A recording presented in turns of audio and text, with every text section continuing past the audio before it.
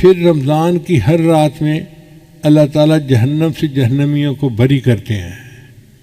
کتنے جہنمی جہنم سے بری ہوتے ہیں ذرا غور کیجئے کہ مدینہ طیبہ کے قریب ایک قبیلہ تھا، اس کا نام تھا بنو کلب۔ ہر گھر والے 200 500 1000 2000 بکریاں گھروں میں پالتے تھے، اور پورے قبیلے کی بکریاں اتنی تھیں کہ جب وہ باہر نکالتے تھے تو 2 پہاڑوں کے درمیان کی پوری وادی ان جانوروں سے بھر جاتی تھی۔ 2 پہاڑوں کے درمیان کی وادی جانوروں سے بھر جاتی تھی، اتنے جانور ہوتے تھے ہزاروں کی تعداد میں۔ تو نبی علیہ السلام نے اس قبیلے کا نام لے کر فرمایا کہ بنو کلب قبیلے کی بکریوں کے بالوں کے برابر جہنمی ہر رات جہنم سے بری ہوتے ہیں۔ اب بکریوں کے بال کتنے ہوں گے ہم تو اندازہ نہیں لگا سکتے۔ ہمارے ایک دوست تھے، وہ فارغ البال تھے، گنجے تھے۔ ایک دن میں نے دیکھا انہوں نے ایک لٹ سی لگوائی ہوئی اور بال سجائے ہوئے، تو میں نے پوچھا کہ آپ نے یہ لٹ لگوائی؟ کہنے لگا جی میں نے بال ٹرانسپلانٹ کروائے ہیں۔ میں نے کہا بال ٹرانسپلانٹ کروائے ہیں تو پھر پورے کروا لیتے۔ کہنے لگے حضرت ایک بال کا $1 انہوں نے لیا ہے، اور میں نے $10,000 دے کر یہ 10,000 بال لگوائے ہیں، اور 10,000 بال بس اتنی سی لٹ نظر آتی تھی یوں۔ اس دن مجھے احساس ہوا کہ اگر اتنے سے بال 10,000 ہیں تو پورے سر کے بال کتنے ہوں گے، اور پھر اگر سر کے بال اتنے ہوتے ہیں تو ایک بکری کے جسم پہ بال کتنے ہوں گے؟ لاکھوں کی تعداد میں بال ایک بکری کے جسم پر ہوں گے۔ اگر ایک بکری کے بال اتنے ہیں تو جہاں 2 پہاڑوں کے درمیان کی پوری وادی بھر جاتی تھی تو ان بکریوں کے بال کتنے ہوں گے؟ اس کا مطلب یہ کہ معاملہ کروڑوں سے بھی اوپر کا ہے۔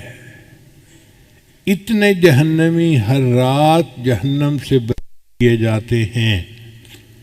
جب اللہ کے اتنے جوش میں ہے اور اتنے گناہگاروں کو معاف کر رہے ہیں تو ہمارے لیے اپنا نام شامل کروانا کون سا مشکل کام ہے؟ تھوڑے سے آہوزاری کریں، رونا دھونا کریں، اللہ تعالیٰ کی رحمت جوش میں ہوتی ہے، ہمارا بھی نام شامل ہو جائے گا اور ہماری بھی بخشش ہو جائے گی۔ اور ہر رات یہی بخشش ہوتی رہتی ہے، حتیٰ کہ رمضان المبارک میں ایک رات آتی ہے جس کو لیلۃ القدر کہا جاتا ہے، جس رات قرآن اترا تھا۔ اس رات میں انسانوں کے گناہ ویسے ہی معاف کر دیے جاتے ہیں۔ حدیث مبارکہ میں آتا ہے کہ ایک ایسی گھڑی ہوتی ہے اس رات میں کہ اس گھڑی میں جو دعا مانگی جائے قبول ہوتی ہے۔ اب وہ گھڑی کب ہوتی ہے ہمیں کیا پتا؟ حق تو یہ تھا کہ ہم 365 راتوں میں اس کو ڈھونڈتے، مگر اللہ نے کام آسان کر دیا۔ نبی اسلام نے بتایا کہ وہ رمضان مبارک کے اندر ہوتی ہے۔ اس کا مطلب یہ ہے کہ 365 راتیں جاگنے کی ضرورت نہیں، 30 راتیں جاگنے کی ضرورت ہے۔ پھر بندہ سوچتا ہے کہ 30 راتیں جاگنا تو بڑا مشکل کام ہے، تو نبی اسلام نے کام اور آسان کر دیا، فرمایا کہ تم رمضان مبارک کے آخری عشرے میں لیلۃ القدر کو تلاش کرو۔ تو 20 راتیں اور نکل گئیں، باقی 10 راتیں رہ گئیں۔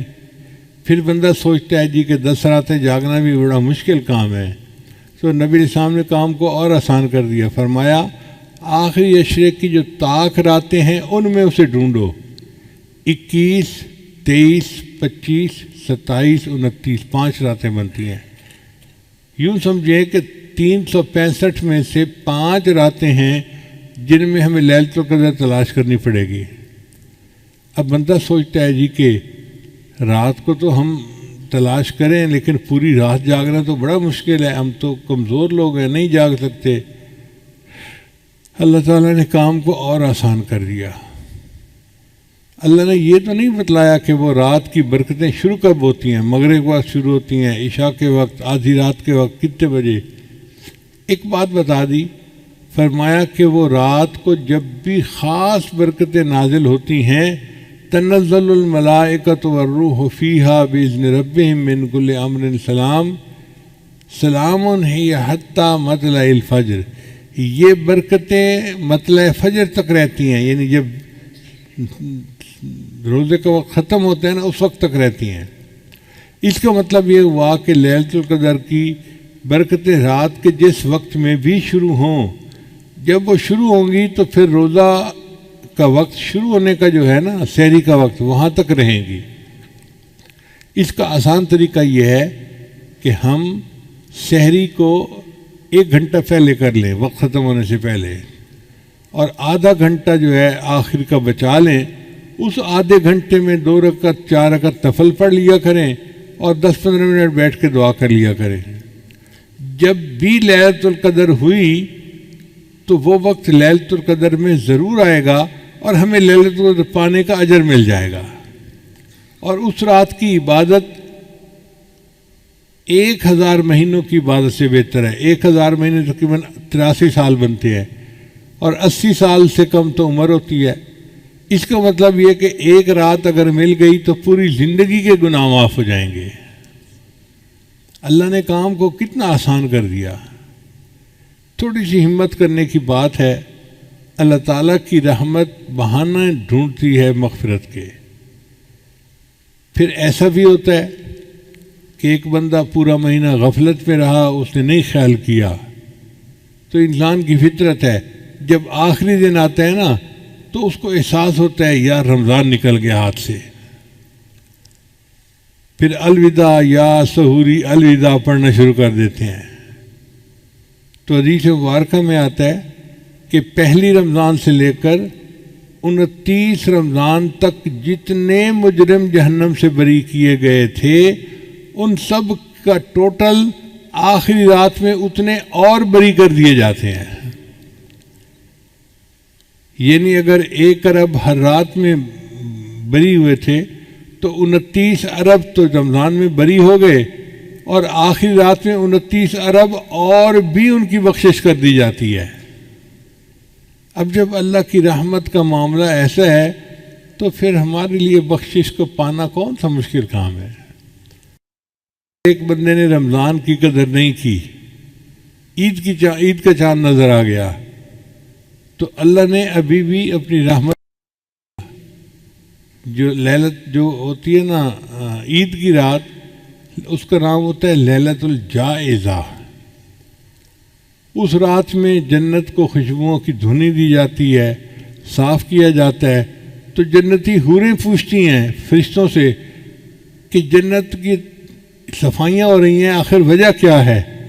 تو فرشتے انہیں بتاتے ہیں کہ اللہ تعالیٰ نے اپنے محبوب صلی اللہ علیہ وسلم کی امت پر خاص مہربانی فرمائی اور ان کے گناہوں کی بخشش کر دی. اب ان کو جنت ملے گی، اس لیے جنت کی صفائیاں ہو رہی ہیں.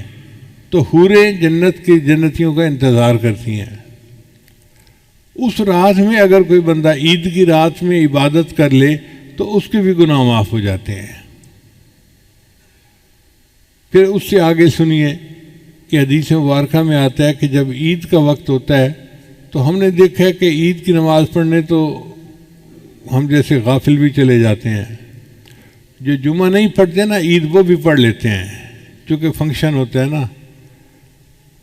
تو جب عید کی نماز پڑھتے ہیں تو اللہ تعالیٰ علام الغیوب ہیں. اللہ تعالیٰ فرشتوں کو پوچھتے ہیں یہ میرے بندے کیوں اکٹھے ہیں. اللہ جانتے ہیں کہ کیوں اکٹھے ہیں مگر فرشتوں کو گواہ بنانا چاہتے ہیں. فرماتے ہیں یہ بندے کیوں اکٹھے ہیں؟ وہ کہتے ہیں یا اللہ یہ وہ مزدور ہیں جنہوں نے 1 مہینہ مزدوری کی، اب یہ آپ سے مزدوری کی اجرت چاہتے ہیں، تنخواہ مانگتے ہیں.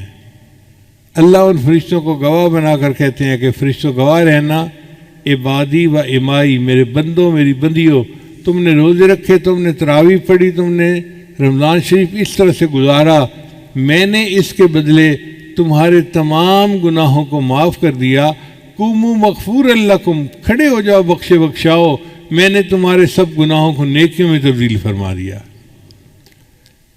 اب جب اللہ تعالیٰ فرماتے ہیں کہ کھڑے ہو جاؤ بخشائے، میں نے تمہارے سب گناہوں کو نیکیوں میں تبدیل کر دیا، اس کا مطلب یہ کہ واقعی بندے کو اللہ دھونے کے لیے تیار ہے.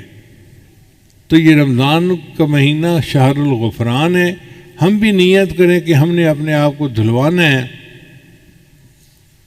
اور گناہوں سے ہم نے جان چھڑا کے ایک نئی زندگی شروع کرنی ہے۔